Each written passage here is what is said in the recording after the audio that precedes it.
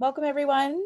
We will get started in a few moments. We're just going to let everyone get logged on. We're also live on Facebook, so we look forward to the event starting shortly.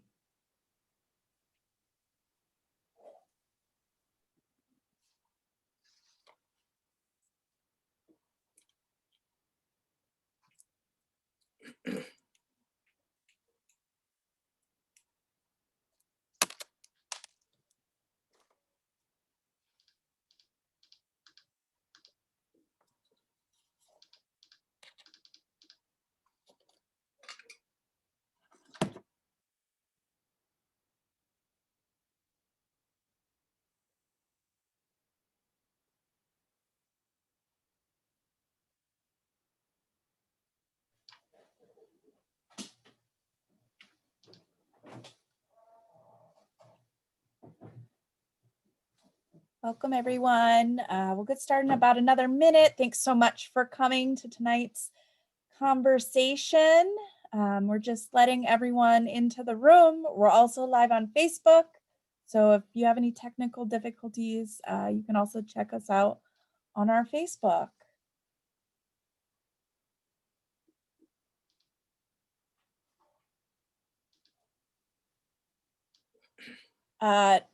We had a couple questions come in. Yes, this is a webinar format, so you don't have to worry about being on video or mics or anything. Just the panelists have their videos and mics, so don't worry, but feel free to interact in the chat or use the Q&A dialogue if you have questions for our panelists.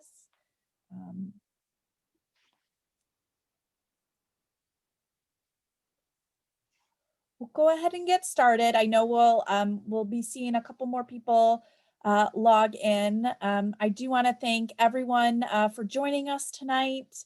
My name is Amanda Decker. I am the Senior Development Officer for Constituent Relations and Advancement Operations here at the USC Suzanne Dworak-Peck School of Social Work. And we're so honored to have this conversation series for Black History Month, hosted by Dr. Renee Smith-Maddox. So thank you so much for joining us tonight. I oversee alumni relations and professional development here at the School of Social Work. So thank you to all of our alumni who have joined us tonight. We have a great group, a great audience tonight with prospective students, current students, alumni, faculty, staff, and community members. So thank you again for joining us. I'm going to turn things over to my colleague, Leonard Slutsky from the admissions office. Leonard? Hello, everyone. I'm going to share my screen now. I am here to share just a quick update of what is new at the School of Social Work, the USC Suzanne Dworak-Peck School of Social Work. I know that there's a number of alumni, prospective students, current students, and community members here. So I hope that no matter what constituency you're part of, you'll find something interesting here. I'm pleased to announce that we have a brand new social work and juvenile justice undergraduate minor. So for our colleagues who are undergraduate students at USC, you can actually complete this 16-unit minor, which is made up of 4 courses, and it's all about the juvenile justice system and working with diverse youth populations. It's a great fit for people who are interested in the behavioral and social sciences, or anyone who just wants to develop a broad knowledge of the issues surrounding juvenile justice. I know we have a number of different students who are in the minor already, and a lot of these students are interested in pursuing, graduate school in areas like social work, law, sociology, and psychology. So, for a wide variety of student populations, this can be a really excellent minor, brand new here from the social work department. Some of the classes that you might take if you were in the juvenile justice minor include Juvenile Justice in America, Adolescent Gang Intervention, and the Community Experience in Juvenile Justice Environments class. These are some of our most highly rated classes in the social work department, and I know they've been quite popular with the undergraduate students. I'm also pleased to share that we are this year starting a progressive Master of Social Work degree. So for anyone who's an undergraduate student at USC, they can earn their undergraduate degree and their Master of Social Work in as few as 5 years. This is a brand new program for this year. And a nice bonus for people who complete the social work and juvenile justice minor, we can actually use some of the units from the minor to cover you in the MSW program, and so that you can try to complete the program, your undergraduate and your master's within those 5 years. If you're interested in this progressive degree program, it's a very competitive admission process. You have to meet with the director of admission, as well as complete our normal application process of an application, essay, and letters of recommendations. And we're currently accepting applications for this fall. Also new for this year is our Working Professionals MSW. We're really trying to serve the needs of all different types of students, including those that that are working while they're in the program. This Working Professionals MSW program offers evening classes. It's the first time we're guaranteeing that we can offer evening classes to our students. And it's 7 semesters of continuous enrollment. So if you were to start the program this August, you could graduate in December of 2023. You have the flexibility of choosing either the adult mental health and wellness or the children, youth, and families curriculum. And we're pleased to be able to offer a virtual field practicum in this program so that you can help to develop some of your clinical skills in the classroom setting before you head into your community-based field placement for your last year in the working professional program. In addition to those new programs, we continue to offer our Advanced Standing MSW, which is an opportunity to earn your master's degree in 1 year if you've earned your Bachelor of Social Work and meet some other criteria. And we're currently accepting applications until mid-March. For our flagship traditional MSW programs, we offer that in a 2 or 3 year program length, and we're accepting applications until the beginning of April. And we still offer our Doctor of Social Work and Master of Science in Nursing available on the Virtual Academic Center. If you're interested in learning more about the academic programs here at the USC Suzanne Dworak-Peck School of Social Work, I'll put a link in the chat to our request information form. If you fill that out, you'll be able to receive email updates and news from the school. You're also welcome to contact our office. Our email address is on the screen, and one of our team members would be happy to assist you. Without further ado, I'll turn it over to Professor Smith-Maddox.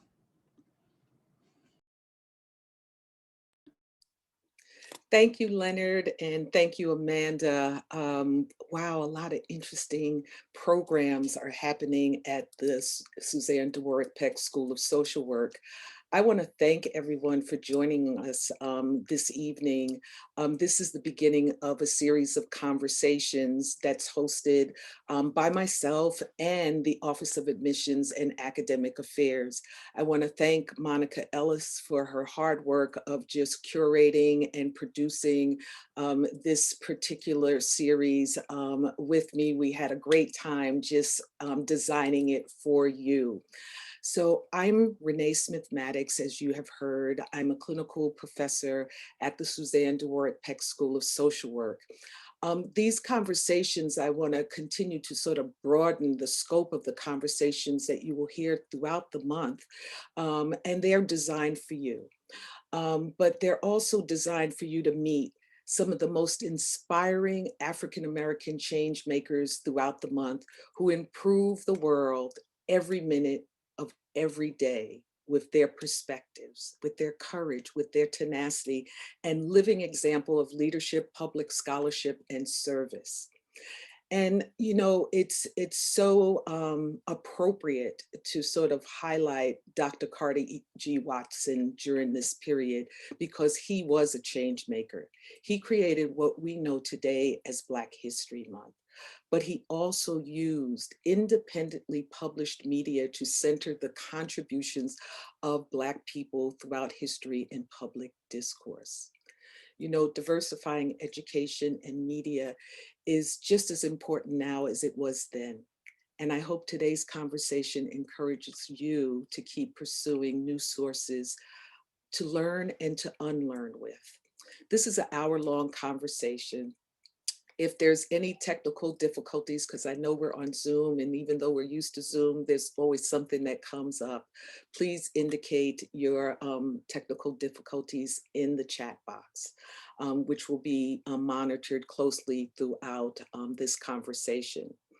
At the end of the conversation, I'll open it up for question and answers, but please post your questions in the chat so we can keep track of them. I am so excited tonight to welcome our guest, Dr. Devon Brooks. Devon, I'm going to let you give everyone the honors of listening to your own intro and bio. So please introduce yourself. Will do. Hi, everyone. My name is Devon Brooks. I want to thank you all for being here. Thank you for showing up. I appreciate your time and the fact that you're interested in joining us today. I also want to thank Dr. Smith-Maddox, Monica, Amanda, and Leonard. I am an associate professor. I've been with the school for 22 years. I have expertise and an interest in child welfare. I teach in the SCI, the Social Change and Innovation Department. Most of the work that I do in terms of my research, in terms of my teaching, revolves around child maltreatment prevention with a focus on adoption and foster care. I also have an interest in intercultural competence, enhancing the competencies of professional social workers through education, such as MSW programs, but also through professional development training. Another area of interest of mine relates to the academic wellness and well-being of professionals. So I'm interested in how professional social workers do in terms of various aspects of their competency and well-being. Thank you. You know, when we come to February, on one hand, I'm always excited that it is a moment in the calendar that we as a country have decided that we will focus on Black history, which I personally feel is Americans' history. And I think that it is an opportunity to sort of make sure that none of us forget the prominent role that Black history plays. And for me, it's a time to curate history and preserve history, and to tell our history. Devon, what does Black History Month mean to you? Everything you said just now. For me, Black history, it does mean many things. It's an opportunity for me to celebrate Black people, culture, traditions, contributions. It's also, for me, a reminder of the challenges and obstacles that Black people have experienced, the sometimes deplorable treatment that Black people have experienced historically, and the treatment that they continue to experience. And especially given those obstacles and that treatment, Black history and Black History Month is also an opportunity for me to renew my enormous pride in the strength and the resilience of Black people, the fact that Black people have shown up, they've delivered, they've worked hard to combat social injustice, oppression, disadvantage. They've worked hard to overcome the challenges and obstacles they've encountered.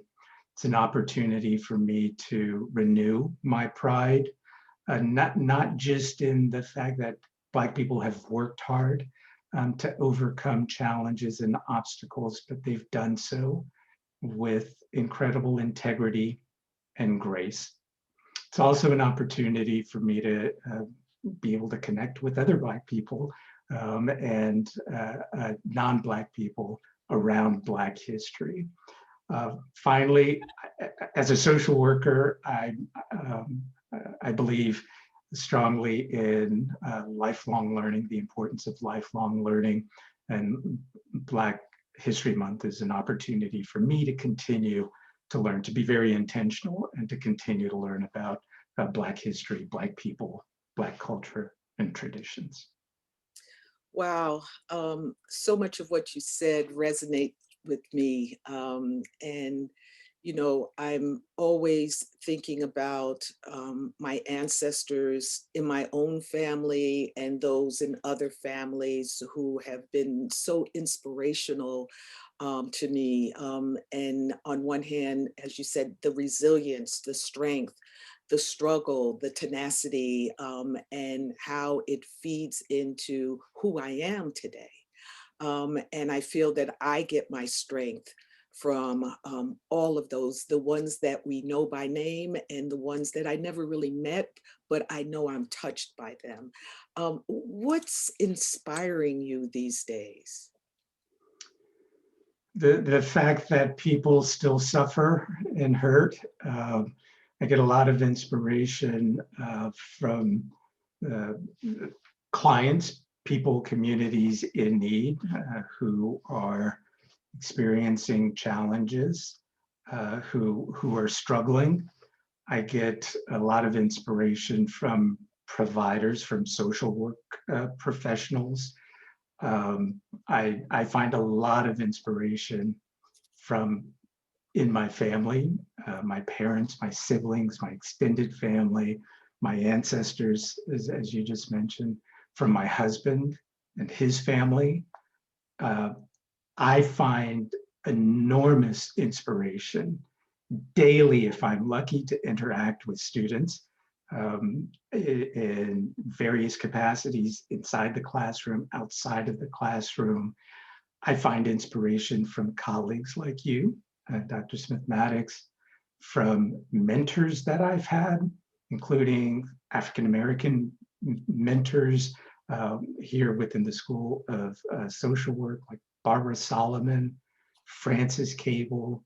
I find inspiration in other mentors I've had, Rick Barth, Jill Barrick, Barbara Needell, Joelle Gibbs, Neil Gilbert. For me, these are all people who have impressed me, and whether it's currently or 20, 30 years ago, they continue to inspire me and to encourage me to do the work that I'm doing.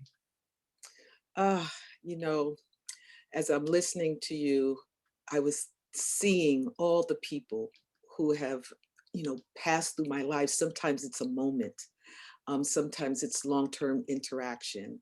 But you said students, and students continuously are inspiring me through their learning, through their teaching. And yes, students, you teach me.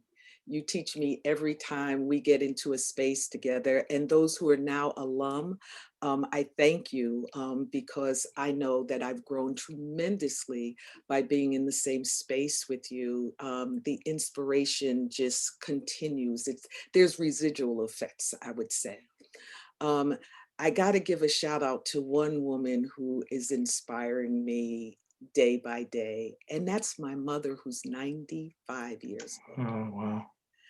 And to see her growing old gracefully, and but still having such a spirited life and so engaging and still learning is just, you know, I sort of bow down to her with so much honor and just grace. But I had to sort of say something to my mama because I am because she is, and so that one is a good one. So I know what it's like to hear you talk about your mentors and the people who have crossed your path, and it was no coincidence, and you were connected in one way or another.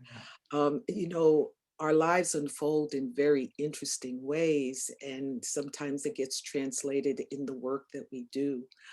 What projects are you working on? Yeah. So there are a couple of projects that are front and center for me right now. Some of them relate to the research interests that I have. A lot of them relate to some of the teaching and training interests that I have.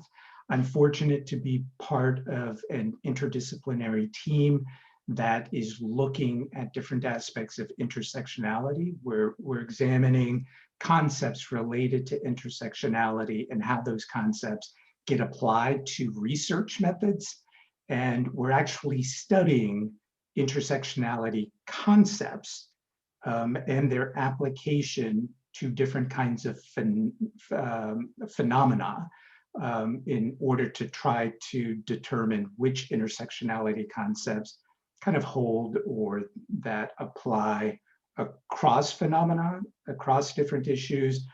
And we're also trying to understand which ones might make more sense for particular types of phenomena and issues. That's one project. I'm also Brooks, can I, before you go to the next one, I want to use sure.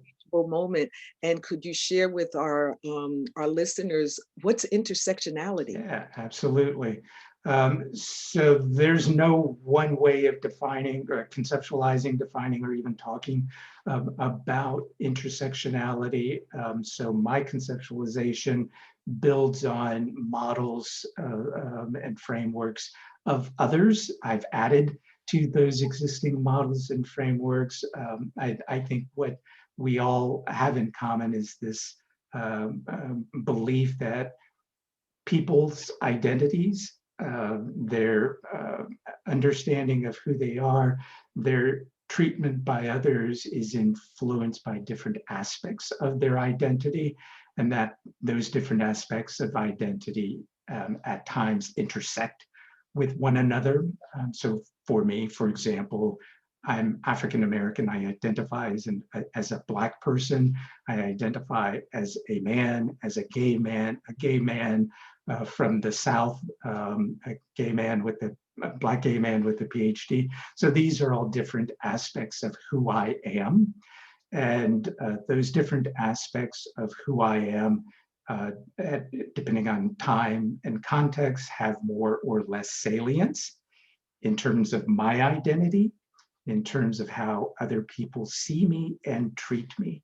And so sometimes people will see certain aspects of who I am, and what they see results in them having certain assumptions or beliefs about me, or they treat me in particular ways, and sometimes those ways might be related to advantage,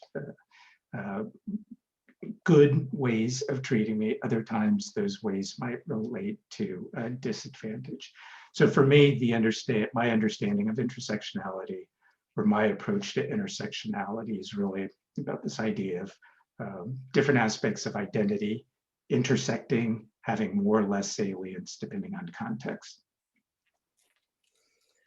Wow. I have to say, as I'm listening to you, I just, it's back to who do you connect to when you have these conversations? And for me, it's Kimberly Crenshaw, it's Patricia Hill Collins, it's Bell Hooks, it's Audre Lorde, and all of their great work that helped us understand who we are in the context of this system that we exist, that we are socialized, that we experience, the systems of oppression, the matrix of domination. It is for them that I have learned so much, and to see your extension and connection to the work, it shows how the work of our African-American scholars live on, and how they must live on, but how it really explains who we are. So thank you for just connecting with the power of intersectionality. Absolutely. Your own work. Sure. That was a teachable moment. I couldn't let it up. I'm sorry. No, I'm glad you did. So you mentioned one project. Are there any others? Yeah, so there are a couple of projects related to professionals, education, preparation, training of professionals. We have wonderful faculty in the School of Social Work who their focus is on helping students prepare for professional social work by placing them in field placements, field agencies. So it's an opportunity for our students to get training, not just in the formal classroom, but in the context of an actual agency. I'm really fortunate to be able to work with a bunch of faculty, field faculty, And I'm working with some of them on various projects. Steve Hayden, who's a member of the field faculty, African-American member of our faculty, he and I and a couple of others are working on a project that looks at, as I mentioned earlier, culturally inclusive academic wellness. So basically we're trying to understand and enhance the well-being and the wellness and the competency of professionals, social work professionals, both students and both professionals who are working, engaged in practice in actual agencies. So we're working on that. We're trying to understand culturally inclusive academic wellness. We're shaping that concept. We're trying to understand the different dimensions of culturally inclusive academic wellness.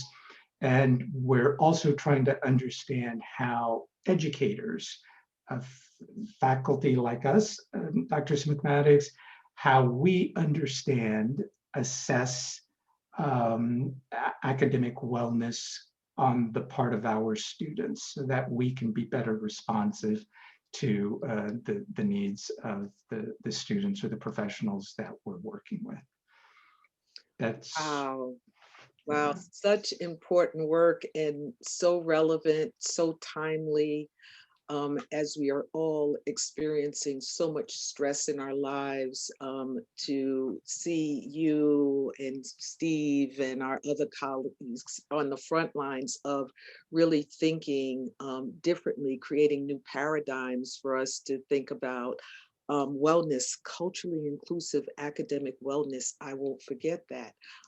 It definitely is the making of another conversation for sure, as that work unfolds, but so important to also the training that our students get, that it's really sort of, I would say, expanding and enhancing the signature pedagogy of the field, is that experience in internships and the way that you're looking at it and our wellness. We have to be well in order to serve others. At least that's my firm belief. Wow, this is powerful, powerful. Thanks. Yeah. And that's just the beginning, the preparation that students receive formally, and whether it's a BSW or an MSW program. I'm also fortunate to work with some other faculty, Ruth Sopranovich, Omar Lopez, Melissa Singh, other field faculty. We have an interest in developing professional development opportunities for working professionals, but also for students who graduate, and then after graduation, their learning continues. Right? So we expect that the MSW program, our MSW program, is just launching them into the profession, but there's also this expectation that they will continue to seek out opportunities for professional development. One of our colleagues refers to this as tune-ups. He mentioned that in a conversation, Tori Cox, and I really appreciate that idea. Yes, we all need a tune-up every now and then. Yeah. But the other thing that I'm really taking away from your overview of your projects is the sense of community that you're building with the projects, and this keeping our alums engaged as you think of, the professional development of, alums and practitioners in general. I mean, because I think having that community is what we need, even I'm saying these days more so than ever. Yeah. How are you seeing this as a community building effort as well? Yeah, for me, it means a lot to be able to work with others. I value that. I find that the work, the quality of the work is better when there are collaborations. I find that the experience is more desirable. I am very fortunate to be able to work with people who are just amazing, who are brilliant, who have integrity, who care about what they're doing. So for me personally, it's just a delight to be able to be involved in this work, but be able to do it with other people. Some of the examples that I just described to you, the ones that involve working with field faculty, that allows me an opportunity to be closer to the field, to where students and social work professionals actually are, to be responsive to students while they're in our program, but also to continue to be responsive and hopefully helpful to them once they become professionals and part of this larger community's family, really, of social work professionals. You know, as we I'm going to transition here because I really want us to spend some time thinking about the African-American community, thinking about the role African-American social workers play. But I want to start off and help us sort of, from your perspective, understand, you know, the role of social workers in the African-American community, and maybe pushing the margins a little bit in terms of what's needed, where we're challenged, so that we could see where's the spaces for opportunities and growth. Yeah. So one opportunity, or one aspect of this, I think, is ensuring that there are African-American social workers, right? So ensuring that for us, the School of Social Work, that we do a good job of reaching out to African-Americans who might have an interest in professional social work. So us doing the hard work of going out to communities, helping African-Americans understand what social work is, helping them to understand the fact that there is a place for them in this profession, and especially in our School of Social Work. So I think that's one piece of it, just doing everything we can to ensure that the workforce is diverse in all senses. Right? And then I think there's another aspect of it that has to do with the preparation and support of African-American students and professionals. And that comes back to what we were talking about earlier, this idea of culturally inclusive academic wellness. So ensuring that African-American professionals, students, and professional social workers, that they have the tools, that they have the knowledge, the skills that they need to be able to do the work that they signed up for, but also to ensure that they have social support, to ensure that their wellness, their well-being are being addressed, because the work is difficult. Right? It's for anyone.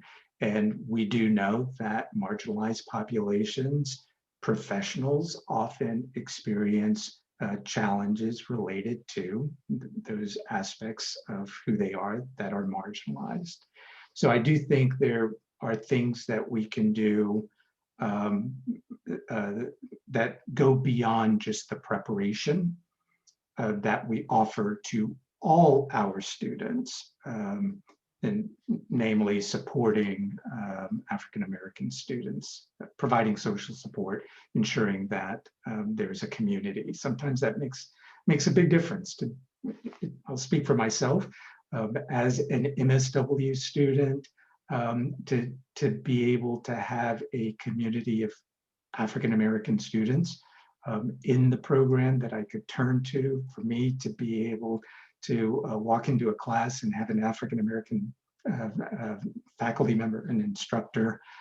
Those kinds of things were also important in my professional development and training. They continue to be important to me. Absolutely. And it is for me as well. I want to sort of take that same question and just reshape it a little bit, because on one hand, I know the importance of speaking to prospective, social workers. And the reality is that we have to think about training social workers who can go into African American communities and other multicultural communities. What are your thoughts on the kind of focus we need to have as we are training our social workers to go into this multicultural society and work with people who aren't like them? Yeah. They are So, different. wonderful question, and it brings us back to some of the earlier conversation. And this is, again, where I pull from intersectionality, a framework that I find very valuable. And so I try to enhance the intercultural competence of professionals. And for me, what that means is ensuring, first of all, that professionals understand intersectionality as a framework, that they understand the concepts. It means taking that lens, that framework, and using it, ensuring that students, that professionals, that educators, myself included, that we use that framework in order to guide our practice. So for professionals who are entering the profession of social work, we think about practice in terms of different dimensions.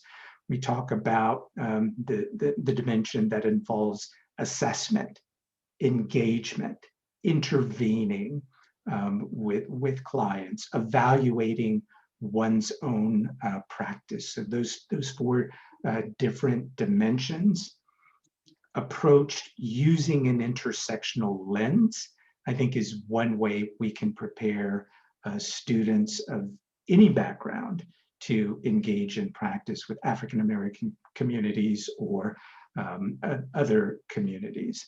And one of the things that's really important is helping students to understand the uniqueness of people, and the fact that different aspects of who they are should influence how we professional social workers work with them.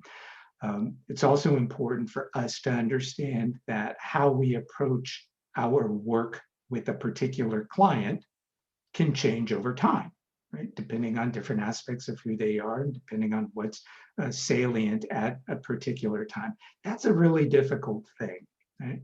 To understand that we might have to change how we understand how our clients develop how problems come to exist, how challenge come to exist for clients, how our clients experience those challenges, and how we might want to respond or treat or address those challenges. So we actually have to shift our thinking in terms of these different aspects of self and how they might be related to both the development of problems and the development of solutions. When I listen to you, I hear the importance of this self-awareness that one has to have as they are interacting with a client, as they enter a community, how you deal with your bias, because all of us have it. But how do you, as you're dealing with that bias, come to see the individual and the community for the assets that they have? And also at the individual level, that we're all experts in our own lived experience. Absolutely. And how can you respect that? How can you really see it as credible? How could you see it as an opportunity to learn and to develop knowledge in an area maybe that you didn't have before? It's this, you mentioned earlier, lifelong learning.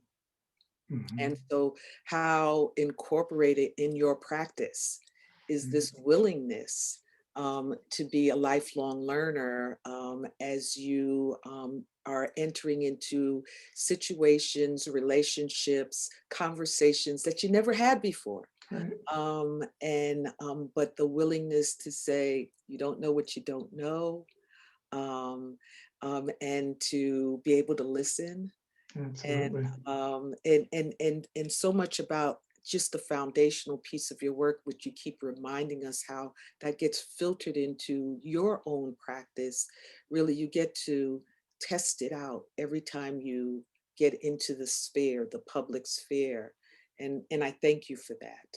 Oh, absolutely. And if I could just, I want to pick up on a piece of what you mentioned, this idea of being, I don't know if, I don't think you use these words, but being humble, right? So having cultural humility, understanding what one knows and what they don't know, what one is able to do, what one can't do. There's no shame, right? And acknowledging that one does not know something. But as a professional social worker, we have an obligation to do something about that, because sometimes what we don't know has very real consequences for our clients.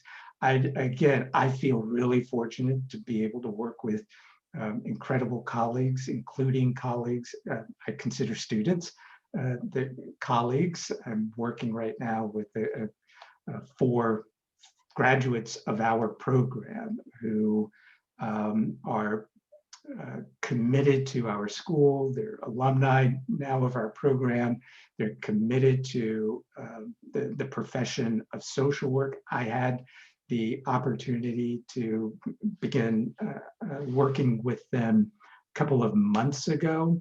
They keep me humble, right? And they keep this job fun, inspiring, relevant for me.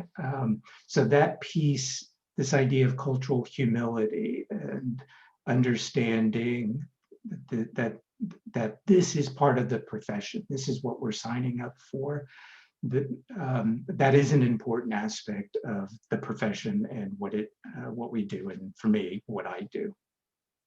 Wow, so much of our work is like a laboratory. You know, we get to learn from others, connect with others. Projects are born in ways that we couldn't imagine, and a sort of revelation that comes through that connecting with others, and I'm hearing it in the projects that you are talking about.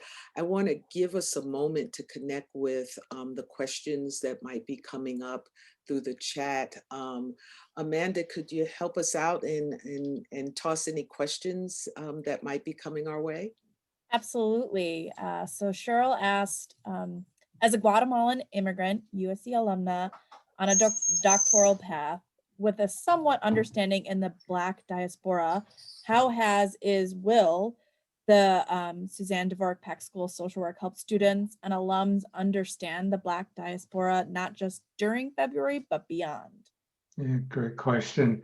For me, it's about doing whatever we can to prepare students for practice more immediately, whatever that means, immediately after graduation, by ensuring that students understand the values of the profession, including the values, the celebration of diversity, for example, ensuring that students have an understanding of concepts, theories, frameworks, the knowledge, the information they need. So understanding the history, treatment of Black communities, different communities, et cetera, ensuring that students have skills that they can use. For me, though, I think it's especially important to recognize that the society will change, right? So we want to prepare students not just to be effective immediately after graduation, but we want them to be, to hopefully help them to be effective in their practice 5, 10, 20, 30 years beyond graduation. I think that means ensuring that they are able to think critically about issues, about problems, about solutions, and especially that they're able to think creatively, innovatively.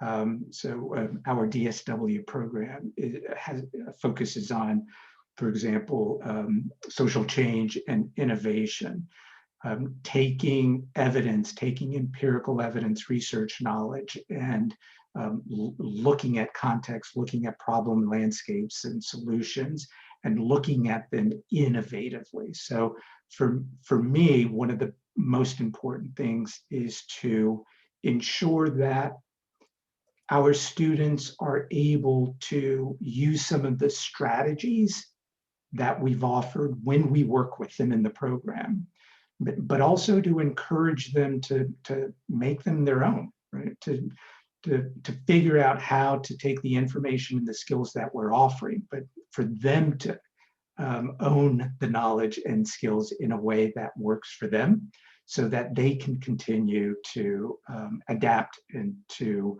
change their approach to the work that they do well beyond graduation. And I'll just add that indeed, even being African American, I believe that the learning of history and connecting with other African Americans and learning from their history and their perspective is ongoing. And it happens in many different spaces. So Devon pointed to the school, we have faculty, we have students, we have affinity groups. And then beyond that, I think that it's, the world we live in is one that is very network oriented. So, you have so many different forums that have emerged with Black feminists. You have so many different forums and podcasts that have emerged, like the 1619 project. You have so many activist projects like the Color of Change that's focusing on racial equity. So through all of those projects, you learn a different dimension of the Black experience and what's needed in the Black community.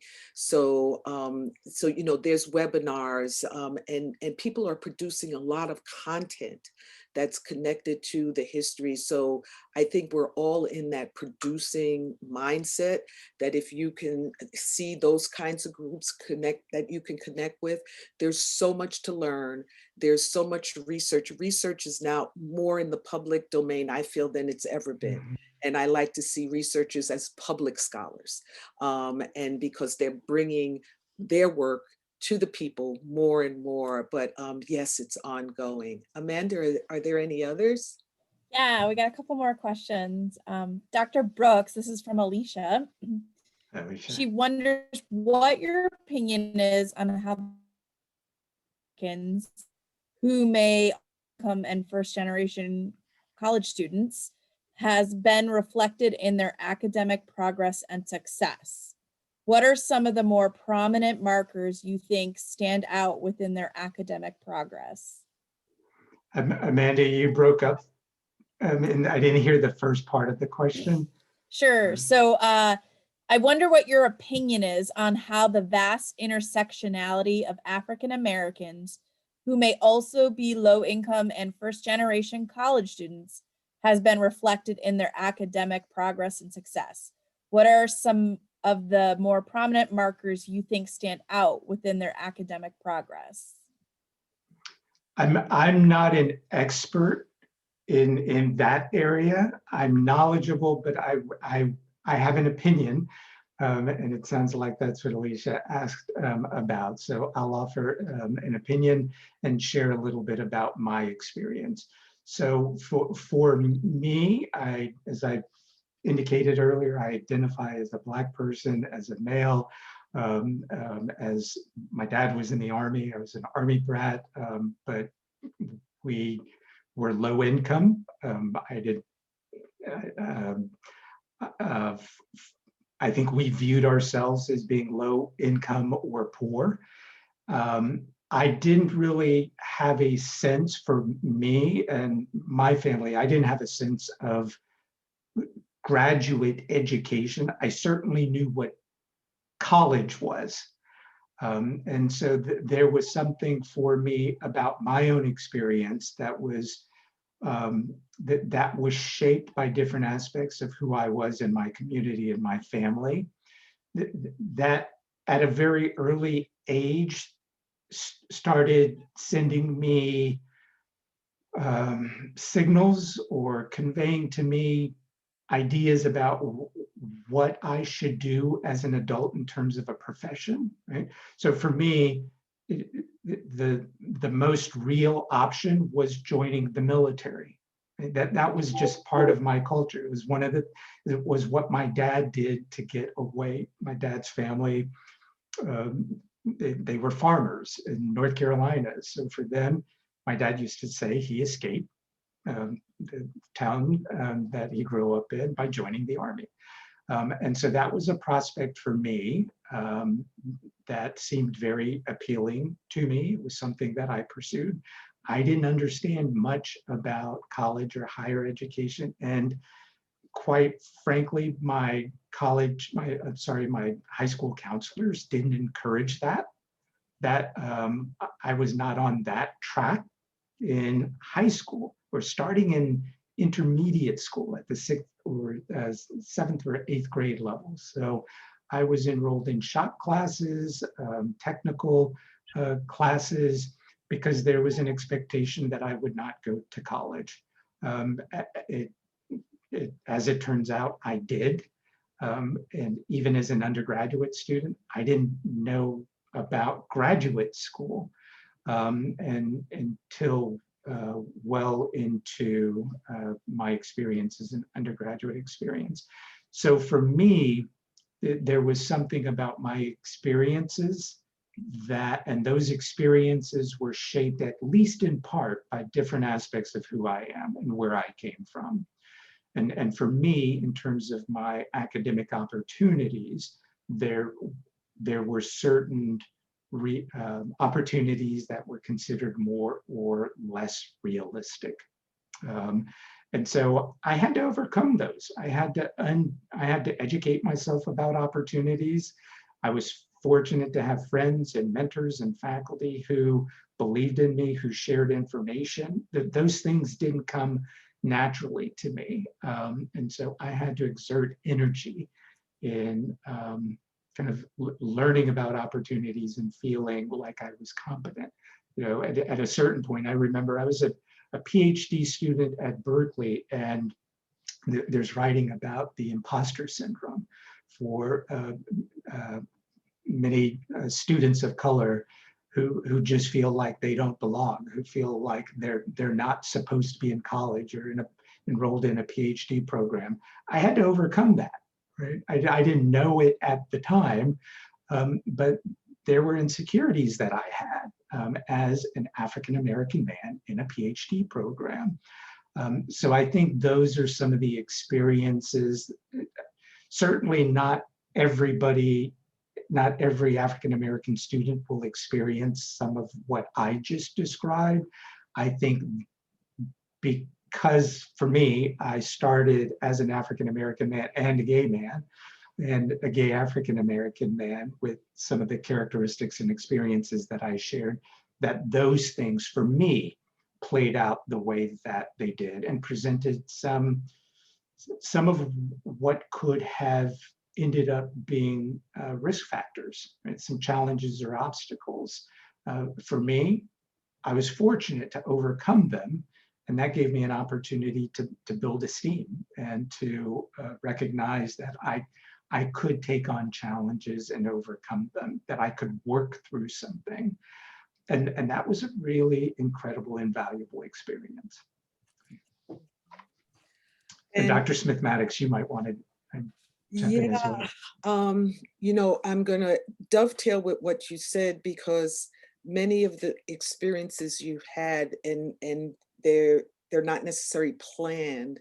For some people who don't have those connections, their road to success, academic success, came through different programs. I was a better EBC student. I was a Better Chance student. I was in Upward Bound. So where there were programs that sort of figured out how they could substitute for the kind of uplift and affirming that students needed to do well, to believe in themselves. So you had people who believed in you. They saw your genius, they saw the light, and they weren't going to let you go. Even if you faltered, they were going to pull you back. So it helped build your resilience. It helped sort of build your self-esteem and sort of give you the strength and courage and awareness that there was more to life to explore, and where you could start to vision and sort of see, oh, I can make a contribution here. So there's no one path. I think that we have to continuously think about multiple ways to support our African-American students, our students of color, our BIPOC students, our BIPOC faculty, because it doesn't sort of start and end. You need this kind of support through your whole trajectory. So this has been a wonderful start to kick off our first conversation. Dr. Brooks, I want to thank you. I am Absolutely. so honored to have had these moments with you, because they were moments that went by so fast.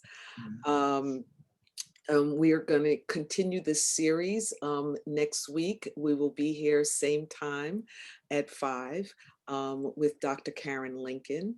I want to thank again the Admissions and Student Affairs Office for sponsoring this series. I will continue to be your host throughout the month. I thank you immensely for just showing up, and I'm going to turn it over to Amanda. Thank you so much, Dr. Smith-Maddox and Dr. Brooks. And thank you everyone else for joining us.